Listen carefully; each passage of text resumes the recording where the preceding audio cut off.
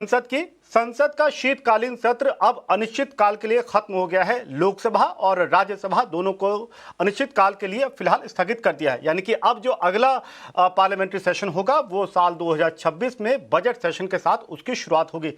लेकिन ये जो शीतकालीन सत्र रहा ये कितना अहम था, क्या कुछ खास बातें रहीं, एक बार रुख कर लेते हैं सहयोगी प्रकाश प्रदर्शी का।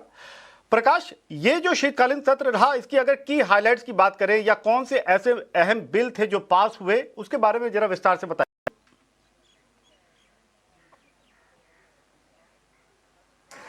देखिए, उम्मीद के मुताबिक ये सत्र हंगामेदार रहा क्योंकि बिहार में विधानसभा के चुनाव हुए, उसके बाद ये पहला सेशन था और पहला सत्र था लोकसभा पार्लियामेंट का। और जैसा कि आपको पता है कि एसआईआर का मुद्दा वहाँ काफ़ी गर्म रहा, लिहाजा पार्लियामेंट के फ्लोर पर भी विपक्षी पार्टियों ने एसआईआर के मुद्दे को उठाया, सरकार को इस बात के लिए मजबूर किया कि इस पर बहस हो।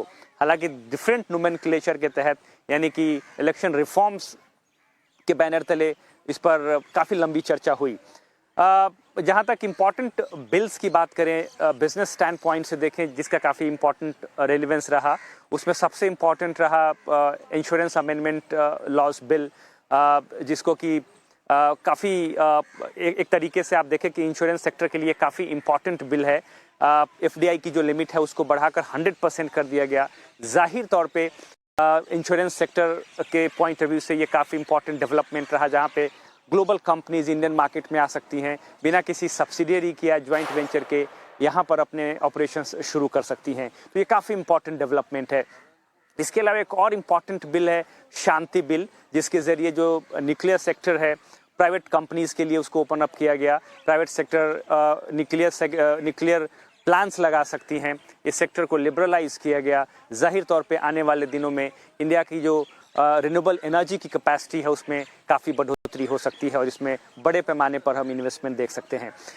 एक और इम्पॉर्टेंट बिल था, दरअसल जो रिडंडेंट लॉज हैं, अमेंडमेंट्स हैं, करीब करीब 65 ऐसे लॉज हैं, अमेंडमेंट्स हैं जो कानून जिसका भी कोई असर नहीं है, वो रिडंडेंट हो चुके हैं, वो निष्प्रभावी हैं, उसको ख़त्म कर दिया गया। इससे संबंधित एक बिल पेश किया गया जिस पर कि संसद की मुहर लगी।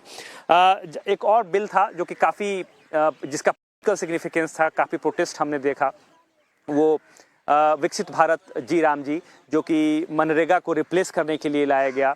कुछ मॉडिफिकेशंस भी हैं नोमेनक्लेचर के अलावा। अपोजिशन पार्टीज़ ने इसका काफ़ी विरोध किया, लेकिन आधी रात तक संसद चली, जहां पर बहस हुई अपोजिशन और गवर्नमेंट ट्रेजरी बेंचेस के बीच में, और आखिरकार पार्लियामेंट ने इस बिल को भी पास किया।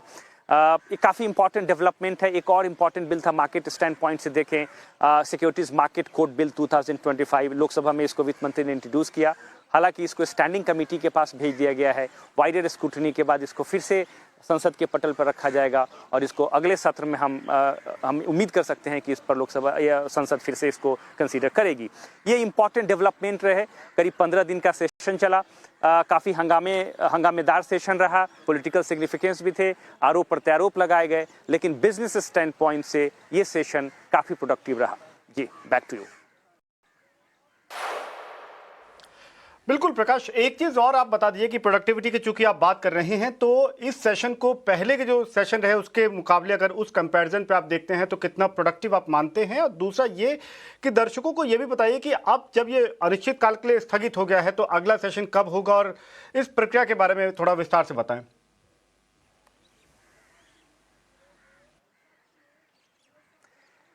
देखिए, हालांकि तुलनात्मक रूप से अगर आप देखें तो ये सेशन छोटा ही था।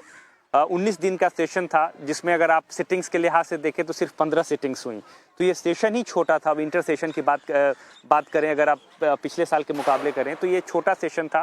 प्रोडक्टिविटी के लिहाज से कई इंपॉर्टेंट बिल्स थे जिसको कि पास कराने में सरकार को सफलता मिली, और ये काफ़ी इंपॉर्टेंट बिल्स थे। एक और अगर आप नज़र डालें इसमें, जो कि प्रोडक्टिविटी के लिहाज से देखिए, जहाँ की जो कि आमतौर पे सेशन जब ख़त्म होता है तो राज्यसभा चेयरमैन और लोकसभा स्पीकर की तरफ से प्रेस कॉन्फ्रेंस की जाती है, प्रोडक्टिविटी की बात की जाती है। तो उस नज़रिए से देखें तो उन्होंने जो आंकड़े पेश किए हैं 15 दिन की सिटिंग्स के हिसाब से, करीब करीब 116% की प्रोडक्टिविटी है।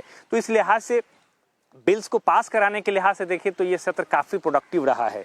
लेकिन और क्योंकि सेशन भी छोटा था तो ये प्रोडक्टिविटी का जो ये परसेंटेज है वो आपको हायर दिख रहा है।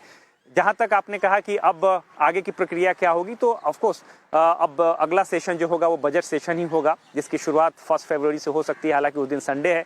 अब ये देखने वाली बात होगी कि 2 फरवरी से इसकी स्टार्ट होगी, उसकी सत्र की शुरुआत होगी या 31 जैन से होगी, ये देखने वाली बात होगी। अभी तक इस पर स्पष्टता नहीं है, लेकिन बजट सेशन की शुरुआत होगी और वो तमाम ऐसे बिल्स जिसको कि स्टैंडिंग कमेटी के पास या ज्वाइंट कमेटी के पास भेजा गया है, उनकी रिपोर्ट आएगी। उसके बाद फिर से डेलिब्रेशंस होंगे, कैबिनेट की अप्रूवल आएगी, सरकार उसको फिर से संसद पटल पर रखेगी और उसके बाद पार्लियामेंट उस पर फिर कंसीडर करेगी उसको। जी,